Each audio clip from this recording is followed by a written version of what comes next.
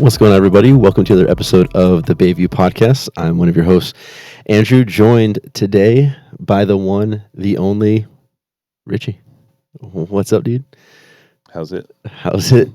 And Chris is not here. He left us in charge, and so the cat's away. we're gonna have a fun one. Besides birds not being real, you got a favorite conspiracy theory? Until I read Last Supper on the Moon, I thought maybe the moon landing was fake. Crazy.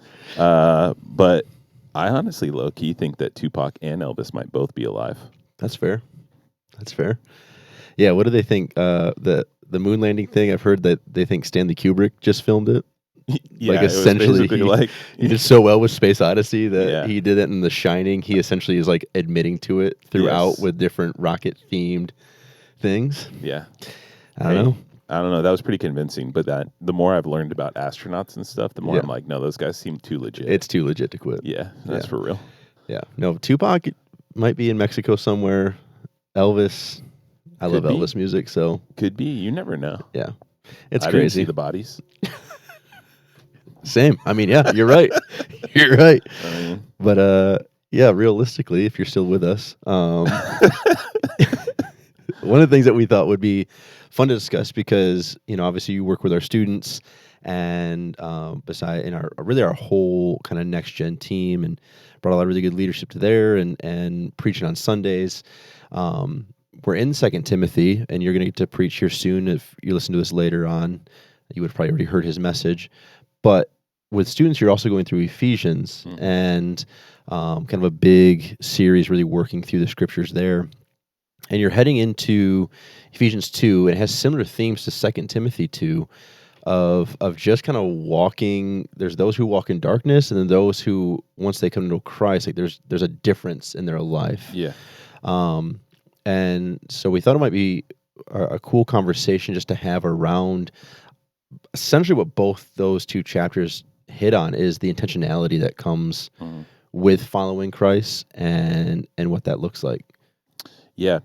I was really struck by just my time in Ephesians 2 because it's such a famous passage, right? Mm-hmm. It's like for by grace you are saved through faith, not of works passage. It's the passage that talks about us being Christ's workmanship. But the beginning of chapter 2 is like this stark contrast that Paul is painting, where it's like the idea of like, when a jeweler shows you a diamond, he puts the black background down first and then puts the diamond in front of it and shines the light on it because it looks so much more brilliant against the stark black background. Yeah. And so at the beginning of chapter 2, Paul paints this picture of us, which is the dark background. Yeah. Like there's so much bad about us, sin and trespass and following things of the world. And then he like puts the diamond in front of that and is like, this is the grace of salvation through Jesus Christ that God has given us. Yeah. See how amazing it is in comparison to the kind of person that you are. But really one of the points that he's getting at is this idea that when you come to faith, there is now this very specific way that you're going to live your life, this very intentional way that you're going to pursue your own life that centers around the good works that God has set up for you to do. Yeah. The work of good things and of the kingdom that God has like brought in your path so that you'll do them.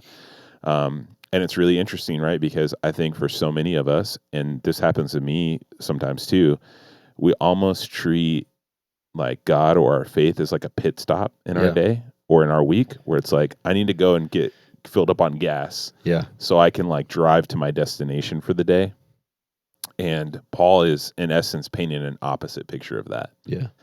Where he's saying, like, no, it's not like a come in for a quick hit of the gospel and then, like, go out and do your thing. It's like, no, as you're doing your thing all day, every day, like, the gospel should be the, like, main thing of your life, no matter where you're at or what you're doing. Yeah. Yeah, it's, I think of it a way, like, at least with students, or I know even on Sunday mornings with adults, like we use that language like your priorities. Mm-hmm. And what tends to happen is it feels like God is, you're making your to-do list, and it's like, oh yeah, I got to slide him on there, which is like what you're saying, it's like, oh, I got to go get gas, or I got to go pick that up real quick. Yep. And what we see, and this is, maybe you can explain this a little bit, is even the language that he uses, like they're walking in darkness, and maybe that's not even the best definition of it. Sure. Yeah. So like in the beginning of chapter 2, it says that we are people who aren't saved, right? People who haven't put their faith in Jesus are walking in darkness, and we all used to be there. Is the point he makes. But really, the word is less the idea of walking, where we think someone who's walking like has a purpose, like they're headed in a direction, they're trying to get somewhere, and it's more somebody who's like meandering or wandering around. Yeah. And so there's this pastor Chuck Smith who he just like so good at bringing real life analogy into talking about the scripture, and the way he describes the idea of meandering or wandering is like, yeah, it's like me and my wife going to the mall. He's like, I can go to the mall and I can go from one end of the mall to the other in 4.5 minutes. Yeah. Because I know exactly what I'm doing, what I want, and where I'm going. I have a purpose, and I'm gonna do that purpose. Whereas he describes his wife as, you know, like jokingly or whatever, but like she can take 4.5 hours to cover the same distance. Yeah. Because she's like, oh, I actually want to go in this store too, and then I forgot I also wanted to go to that place, and well, I should probably look here while I'm at it. And there's not a real sense of purpose or meaning into what she's doing. She's kind of just vibing at the mall, right? Like she's just going from store to store. She buys one thing and then realizes, oh, I can get a better deal over here, and now I got to go return that thing. And so there's a lack of purpose in it, right? Yeah. And no offense if you're a person who meanders in the mall, I could be that person too. Like I like shopping or whatever. But the point being, when we're living in darkness, we're not walking anywhere. Yeah, no purpose. We're just like wandering around purposely, like with no purpose, just doing whatever seems right in the moment. And sometimes we get a bad deal because of it. Sometimes we go into a store we shouldn't go into because of it. And that's still the temptation for us, right? Is in our sin nature to be a person who is possibly going to meander around our life and just go like wherever the like current takes us, as opposed to being somebody who's like deeply focused on going and stepping into the things that God has called us to. Yeah, we've talked quite a bit, I feel like the last couple episodes, and even as in our Timothy series, about like discipline. And discipline is not part of our natural being. Right. We are not normally disciplined individuals. And so it's something that takes work and takes effort. And that just reminds me of that intentionality or that purposeful life, purpose-driven life, is that reality of like there's some discipline built in. Where like God is not just, as you've said, which I think is so good, a pit stop or something you pick up on the way or you walk into. I think about coaching basketball, and there's going to be a difference between someone who they've taken basketball or whatever the sport may be, and they've put the time in season and off season. There's not been an off switch where they've not worked on it. Yeah.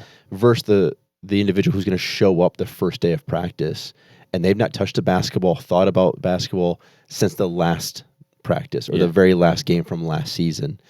And they might be able to show up and do the thing, but there's going to be a stark difference between that who's made it part of who they are. And maybe they're not as fast, but there's some fundamental differences. There's some things they're picking up on differently, and there's this purpose to what they've been doing. They've cared about it, essentially. And I think that's what Paul's getting at is like when you come to Christ, like it is a process. It is something that like there's going to be this continuation of our sanctification and becoming new, but it does take intentionality and purpose on our end. Yeah. Yeah, and I like that analogy of the two kids on the same team, right? Where it's like the one kid could have all the talent in the world, but if he's not putting in the effort year round, he's going to not be able to leverage his talent to the most of his ability. Yeah. Like there are going to be gaps in his ability to be a participant in the team, to be a starter maybe, to be as good as he could be, right? To not reach his potential as a player or her potential as a player. And I think that's such a big part of it is God's not looking for you to be the most talented person. He's looking for you to be the most dedicated person. Yeah. And whatever talent you have, he'll use it because he gave it to you and now he wants to use it. But also whatever talent you don't have, like he's going to provide grace to you to overcome that lack of talent so that you can still be an active participant and like be part of the winning team, right? Yeah. Like be part of the kingdom of God and to do the things that he wants you to do. Yeah, that's good. What do you think then it looks like? Because just so people understand, we're not talking about work saving you. We're not talking. But that's so when he uses that language of like good works for us to do. Yeah. Like what does that look like? What does it mean then to walk with purpose in those works? Sure. Well, he like very clearly says, right, like by grace you've been saved, not of works, and it's like your salvation your forgiveness, the overcoming of your trespasses is all through the blood and resurrection of Jesus Christ. He's like, let me make that very clear. But when you get saved, there are some things that God does in your life. And one of those things is he like reverts you into a workmanship or a tool to be used by him in his kingdom. Yeah. And so really from our perspective, all we have to do is offer ourselves up. Sure. Like all we have to do is say, God, I'll do whatever you ask me to do. Just tell me what you want. And, to basically say, God, your will, not mine. Yeah. And I think sometimes when we come to that idea of God, your will, not mine, we think in like these big picture things. Like I remember being in high school and like right when I got saved at 17, thinking to myself, man, I really don't want to say, God, your will. He's probably going to send me to some like weird country to be a missionary, right? Sure. Yeah. God's going to ruin my life if I say your will, not mine. Yeah. Like I have some things I would like to do. He's going to say no to all of that and send me to some obscure mission field if I like give in to him. Yeah. But the reality is like God loves us. He has our best, intention at heart. And so anywhere he sent us or anything he asks us to do, if we're just saying, God, yes, I will, then he's also going to give us the joy to do it. He's also going to give us the ability to do it. He's also going to give us the people around us to help us do it. That's good. And so for me, it is just this idea of like, I'm just going to keep saying over and over again, God, I'll do whatever you ask me to do. Yeah. Just tell me what you want and I'll do it. Yeah. And to, mean it as best I know how inside of myself. And sometimes it's hard to say, sometimes it's easy to say. Sure. But to just like live in that place where I'm like, God, I know that you have a will and I know that I have a will. I want your will instead of my own. Yeah, that's good. I'll do it. What is it? Yeah. And that might look like in the day in and day out, even just an awareness. Like I think if you're intentional with your faith and not treating just a Sunday morning or, the quick YouTube video about Jesus or whatever, maybe as a pit stop or something just to fill you up, but this day in and day out walk. I mean, that's basically what we're talking about. We're talk the talk, walk the walk. Like I think there's even just an awareness to the world around you, right? And there might be situations or a place where it's like normally you would just kind of walk through it. Yeah. You would just kind of go about life, but maybe it's nothing more than you're an awareness to like, wow, there needs to be prayer in this moment, or there needs to be like, I need to step in, and I think for me, I always see it through that lens of like, when I say, God, your will, not mine, it's very like, would you make me aware today of you, of like how you've provided today, like how you have done what only you can do today. And would I be willing to step into things that you've opened the door to today? Yeah. I think that's such a big part of it, man, is like we talk about being distracted and how distracted we are now versus in times past. But the reality is it's not so much that we're distracted. It's just become very obvious what we're giving our attention to. Yeah, that's good. I think people have always been, quote unquote, distracted. But now we know when you're distracted because you have your phone in your hand. Yeah. You're like showing the world that you're distracted every second of your day now when you are distracted. But really the opposite end of that is like you're saying, it's the attention piece, right? Yeah. And it's like, no, it's not that I'm distracted. I'm willingly giving my attention to something. Yeah. And that thing is just really good at getting my attention. Yep. And so it is a battle of attention. And I think that battle of attention then turns into like the next kind of thing is that it becomes a battle of intentions. Yeah. Where it's like, I'm going to give my attention to God and that's going to change my intentions for my day. Sure. Because, it's like, yeah, I put God on my list every single day, but then I have a bunch of things that I have on my list too, things that I want to accomplish or I need to get done. Yep. And I have an unwillingness to allow God to change that. Because it's like, well, God, I already gave you your piece of my day. Like I already gave you your 15 minutes this morning. Yeah. Now it's time for me to run my race and then I'll check back in with you later. I'll check in with you when I pray for my lunch. Yeah. And like if something really big happens, sure, I'll step into that. Yeah. Like somebody comes in and it's like, I just need somebody to pray for me. It's like, yeah, I'll jump in. Yeah. But when I'm like sitting at my desk and I'm like sending an email and I feel prompted to stop and pray for somebody, like somebody just comes to mind. Yeah. No, I'll do that later. Like I'll put that off. And so it is like that. I'm going to give attention to God and the fact that he has a plan for my life today, a purpose for my life today, but then I'm also going to intentionally like stop when those moments arise, when those things come up, Yeah. and just like participate in them and Yeah. trust that everything that needs to get done is going to get done today. Yeah. And things that God is saying aren't that important can probably wait until tomorrow. Yeah. Yeah. And that's even, I mean, even that last point, that's just so real. Like the idea of like, can I be good with his timing, not mine? Mm-hmm. And my to-do list is necessary for my day, but it is not the thing that drives my day. And like, can I be okay with that? Mm-hmm. And the willingness to like, wow, this is not what I expected today, to have to interact here or do this or to spend time here to completely change my plans. But am I willing to do that at the sake of my to-do list? Yeah. And how like that's difficult. That feels so unhuman and if I'm being honest, it feels so un-American, but that's a whole different conversation. But like true. that, just that drivenness that I think is ingrained in us of like, I have to get these things done, or I have to do these things, or this is what makes me successful. And that is what makes God so easily be placed into the realm of a pit stop. Yeah. Let me stop in a gas station. Let me stop in and just grab a couple things because I'm going to need this just to make it to the next one. Yep. And I think that's a really natural place for people to live, which is why we're even talking about it. But it is dangerous.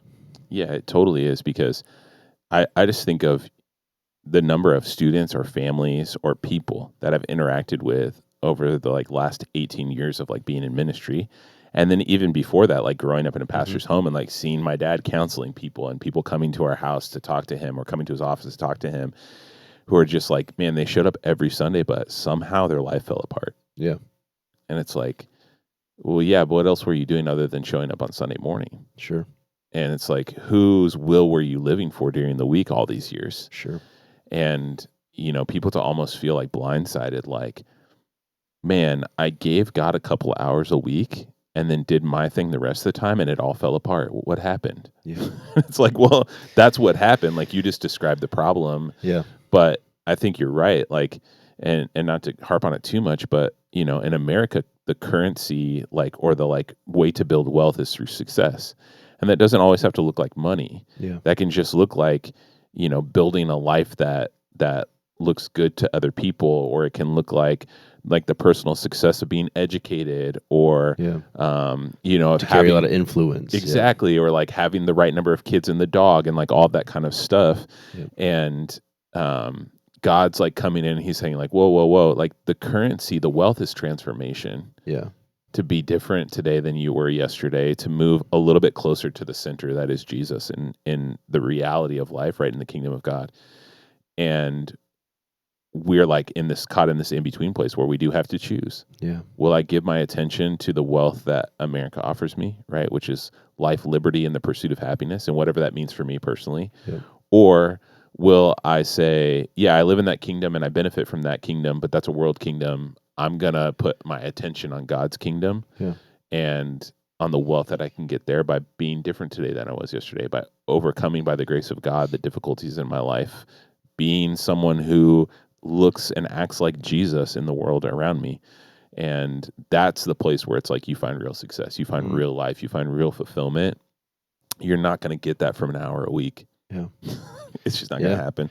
Yeah, that's fair. And again, I don't think we're not saying things like family trips or being successful. We're not saying those things are necessarily wrong, bad, missing the point. It's just it is are you fitting those things into your relationship with God, or are you fitting God into those things? Yeah. So it goes back to like our whole idea of intentionality and priorities. Like how does your list or your day shape up? Yeah. Is it based solely on I got to do these things, let's make God happen?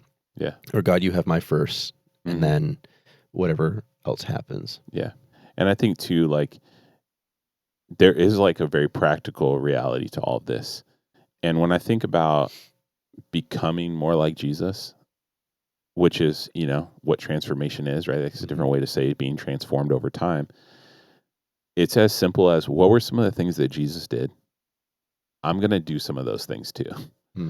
And And they're not, like, obviously I'm not telling you to like go out and like heal blind people. I'm not talking about the miracles that Jesus did. I'm talking about the everyday stuff that Jesus was doing that had an impact on the people around him. Yeah. Feeding people, like being hospitable, right? Yeah. Jesus didn't even have a home, but somehow he was like so hospitable. Like, how is that even possible? Well, it's just like the intention that he brought to like providing for people's needs in some capacity. That's really hospitality, right? To make someone at home with you. Yeah. Inviting people over to your house, feeding people, like buying somebody a cup of coffee. Yeah. Things like just sitting with people and hearing their story, right? Good. And asking them questions and checking in on them. Taking moments out of your day to be like, I need to stop and pray. I need to stop and get with God the Father right now and just spend some time. Yeah. And so there are things that Jesus did in his life, and I think you can pick up on these things pretty easily. There's 4 books that are full of it. Yep. But just adding some of those things on purpose to your life and being like, I'm going to add some of these godly attributes to my to-do list also, because I know that these are things that God wants me to be doing because these are things that Jesus did. Yeah. And then to see how those things on your to-do list will be the things that give you life. Yeah, that's good. And that make you feel amazing and feel like transcendent almost, like you are living outside of the norm of the world. Yeah. And then it's like over time, as you pursue God's will in that way, he will change your heart and your desires so that you're seeking his will more, because that's the thing that's like giving you life. Yeah. That you'll want to be at church every week that you can, right? That even when you do go on vacation, that maybe you're looking for a way to like notice somebody while you're there, or to use it as an opportunity to talk to your family about God and his creation, right? Yeah. Or some of these different things. And so that to me is like such a big part of it, is like introducing things that you know are part of God's will into your to-do list. Yeah. And then just realizing like, oh, I like those things better. Yeah, that's cool. Yeah. And a lot of this sometimes sounds easier said than done, but it is the intentionality behind it. Like it doesn't need to be today you have to do all the things. Like it can be a process. Yep. But are you pursuing that? Are you doing it with intentionality? Like I'm pursuing Jesus to be like him, so I'm going to start doing these things, even if they're really simple or really basic. It is possible. Mm-hmm. Yeah, it's totally possible, and it is like a pick one situation. It's like just pick one thing and work on that, and maybe pick something you're not good at, right? Like me and you were even talking the other day about like trying out for a team. Yeah. And it's like, even if you're good at the sport you're trying out for, when you do a tryout and you do all the drills and the coaches really intentionally watch you do them, they're going to find a weak point in your game somewhere and be like, hey, let's work on that. Yeah. And that can even be a thing too, where it's like, right, well, like what's a place that you feel is like weak in your life? What's some kind of discipline or thing that Jesus did that you can introduce into that weak point of your life, so that God can show himself strong in it even, And so, like if I decided tomorrow I'm gonna be exactly like Jesus every moment of my day, I'm gonna feel miserably, and then I'm gonna feel discouraged. But if I say in the next 7 days I'm going to be hospitable by inviting someone to my house for a meal because I treat my house like a fortress, do it one time, right? And then see how God will use it, and see that your desires will change, and then you'll want to do it every week, or you'll want to do it twice a week, or like have an open house where people can come any day they wanted to, and you would just feed them, or they'd be welcome, like a sitcom where people just walk in the door. Yeah. And it's just like, that's the vibe of your house. Yeah. That's cool. Yeah. No, I think it's good stuff. And it's one of those things where if you're someone who, maybe if you're honest with yourself listening to this, where Jesus, God, this whole idea of that relationship with him is a pit stop. It's just something that's always been a fueling process. We're not saying stress the salvation piece. Yeah. Like what we're actually talking about is the next step ultimately. And so there is chance to change. There is chance to grow. There is that's again, you use that language of transformation, and that's what's happening, and that's what Paul is encouraging. And so if you are someone who's like, man, I gotta do this, I think you said it wonderfully. Like, start simple. Start with something that maybe you're like, I've done it, I'm not giving enough time, whatever it is, and just begin to be intentional with it and see how it changes and how your day, your week may shift just because of one little new thing you're trying. And really just the encouragement that we all see with Paul is he ends the letter with saying, I did this. I fought the good fight. Yeah. Right. I ran the race. I kept the faith. Like he gets to be like knowing he did it and he did what God wanted. Yeah. Because that's the question he asked, right? And we talked about this in the last episode. When he meets Jesus on the Damascus Road, he says, who are you and what do you want me to do? Yeah. And he spends the rest of his life pursuing what God wants him to do. And then when he dies, he's able to say, I did those things. Yeah. And it's like, that should be a goal of us as believers. Yeah. Is that when we hear the language of fight the fight and all this, all it might be, it is this intention that I want to end my life saying, no, I did those things. Right? I attempted those things to the best of my ability. Yeah. No stone left unturned. No way am I waking up having any regrets. It's I did the thing that we're called to do. Yeah, 100%. And I think, that's the life abundant that Jesus is talking about, is that over time, committing yourself more and more to living in a lifestyle of faith with your attention towards God, with the belief, right, that the life he has for you is better than the one that you have for yourself, and that one day, like, that will all come to a realization. Yeah. And it will all make sense, and it will all have been worth it. Yeah, 100%. Right? And the time that you spent, the energy you spent, the resources you spent as a sacrifice to God will all be like recognized, and God will be like, yeah, you did it. Right. And you guys talked a little bit about that last week too on the podcast, right? Of just like like God's not just gonna like be like, oh, you were so messed up, good thing I saved you. He's gonna be like, no, I saved you by Jesus, but like look at all the stuff that you did in my kingdom by my strength, right? Like look at all this cool stuff that you were able to do. Yeah. And like to be a part of this thing with me. And it's like a joining with God in this like life that he's created. And that's such a cool thing. Yeah. So good. So good. Well, thanks, man. Yeah. I appreciate the way you love our students, but more or less you love our staff and our church as a whole. And it's exciting. It's good stuff. And again, it's like, it's fun to sit back and see that this is a journey, right? This is a life lived, not just a life that's happening. Yeah. And part of that is that pursuit of God. And so I appreciate your heart with that. And for those of you listening, I hope this conversation sparks something.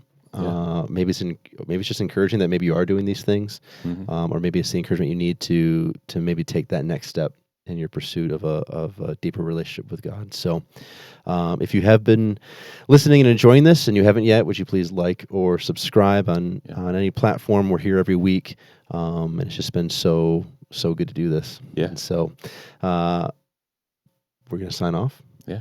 You don't need to do this often. But, no, you don't usually do this. Usually this is Chris that does it. I open it for Chris and let him close it down. But no, this has been Andrew. It's been Richie. We love you guys. We appreciate you guys. And we're out.